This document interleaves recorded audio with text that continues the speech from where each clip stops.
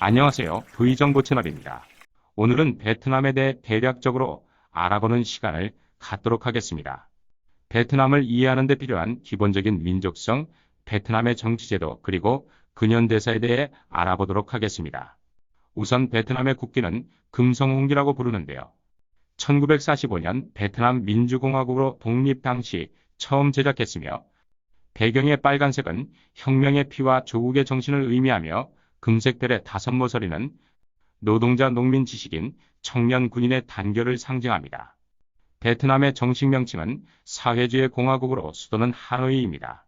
지리적으로는 인도차이나 반도 중부에 있고 중국과 라오스 그리고 캄보디아와 국경을 맞대고 있으며 면적은 한반도의 1.5배입니다. 기후를 보면 북부는 아열대성 기후, 즉 애매한 사계절이라고 보면 되겠고요. 남부는 열대몬순기후로 5월부터 11월까지 6개월은 우기이고 나머지 6개월은 건기이며 평균 습도가 83%나 됩니다. 시차는 한국보다 2시간 늦고요. GDP의 경우 2019년 기준으로 보면 베트남은 2,700불선, 한국은 31,700불선입니다. 한국이 베트남의 10배가 넘나요. 베트남인의 국민성은 근면, 성실, 인내, 친절, 용기를 갖추고 있다고 스스로 생각한다고 하고요. 외세에 굴복하지 않은 역사를 지닌 나라라는 자부심이 매우 강합니다. 외국인들은 주로 베트남인이 잘못을 인정하지 않는다는 얘기를 많이 하는데요. 실제로 그렇지만 잘못을 인정하게 하는 방법은 있습니다. 베트남 사람들은 문서에 굉장히 철저한 민족입니다.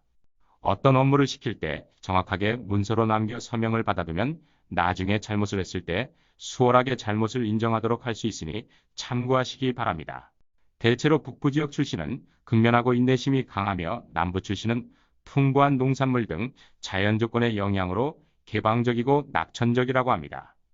전통적으로 유교와 불교 사상이 사회 전반에 형성되어 있고 개인 인맥을 통해 이를 해결하는 인간관계가 매우 중시됩니다.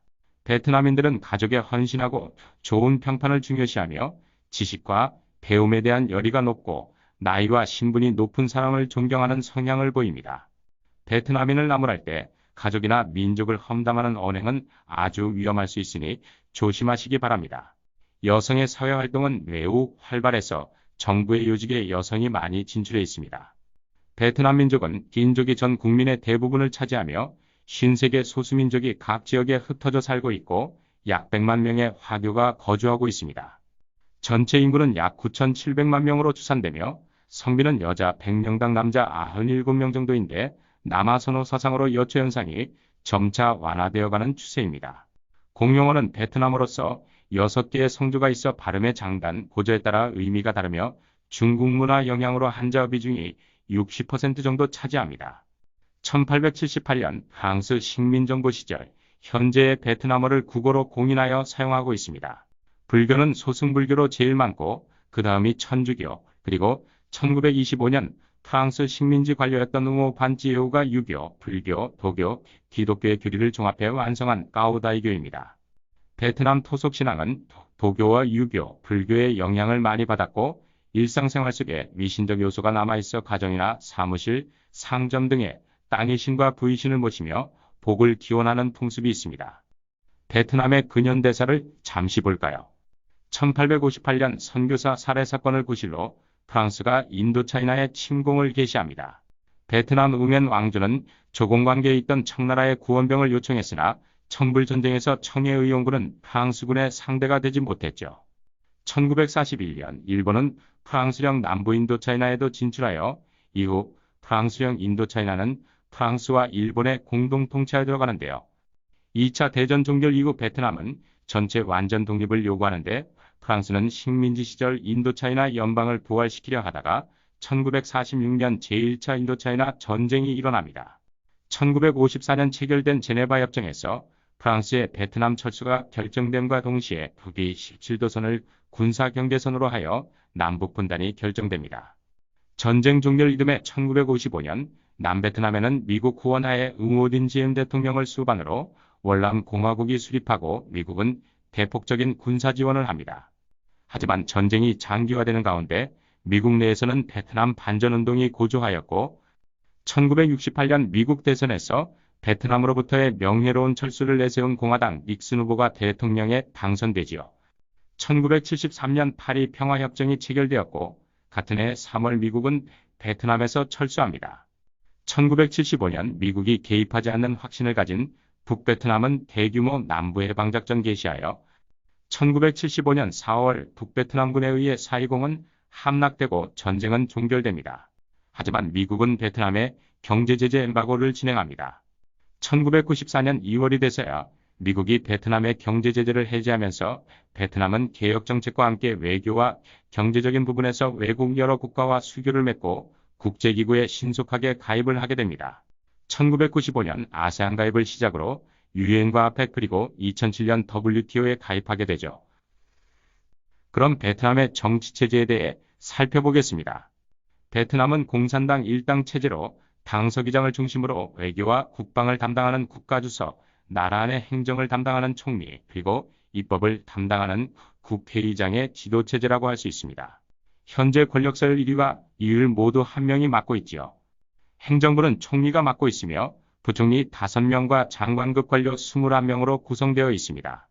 정부의 업무를 국회와 국가주석에게 보고하며 국회에 책임을 지고 법령과 예산 등을 국회에 제출합니다. 총리는 5년 임기로 국가주석의 추천으로 국회의원 중에서 선출됩니다. 사법부 임무는 사회주의 법제보호와 사회주의 제도와 인민의 주권보호를 주임으로 최고인민법원, 지방인민법원으로 나뉜다고 할 수 있겠습니다. 최고인민법원장은 임기 5년으로 국회에서 선출되며 국회 및 국가주석에게 업무 보고를 하게 됩니다. 베트남의 실제 가장 큰 권력은 공산당이 가지고 있는데요. 그래서 권력서열 1위가 바로 공산당 당서기장입니다. 처음 1925년 중국 광동에서 베트남의 영웅 호치민의 주도하에 베트남 혁명청년동맹이라는 이름으로 결성되었고 베트남 통일 후 1976년 제4차 전당대회에서 베트남 공산당으로 개명되었습니다. 2001년 개정헌법에서 공산당의 지를 국가와 사회를 영도하는 유일한 세력으로 명시했는데요. 이것을 보면 베트남의 가장 높은 권력이 공산당에 있음을 알 수 있습니다. 2006년 제10차 전당대회에서 당원도 국가 발전에 기여해야 한다며 공산당원의 사기업 활동을 허용하였습니다. 이로 인해 베트남의 큰 기업의 경우 공산당 쪽에 관계를 둔 경우가 많고 이로 인해 부정부패가 심각한 상황입니다. 물론 현재는 민영화를 통해 나아지고 있는 상태이긴 합니다. 공산당에서 최고 결정권은 공산당 정치국에서 가지고 있는데요. 정치국 위원들은 공산당 중앙집행위원회 전체회의에서 선출되며 베트남 공산당 최고 정책결정권을 보유하고 경제와 안보 그리고 외교활동 등 국가의 중요 정책을 모두 결정한다고 보면 되겠습니다. 총 19명 정도로 구성이 되어 있는데 대부분 구성원은 지방의 당서기장을 역임한 인물들이 차지하고 있습니다. 국가주석도 임기는 5년이고 국회가 국회의원 중에서 선출하게 됩니다. 국가원수로서 대내외적으로 베트남을 대표하고 국회에 책임을 지며 국회에 업무 보고를 하게 됩니다. 베트남은 5개 직할시와 58개성으로 구성되어 있는데요.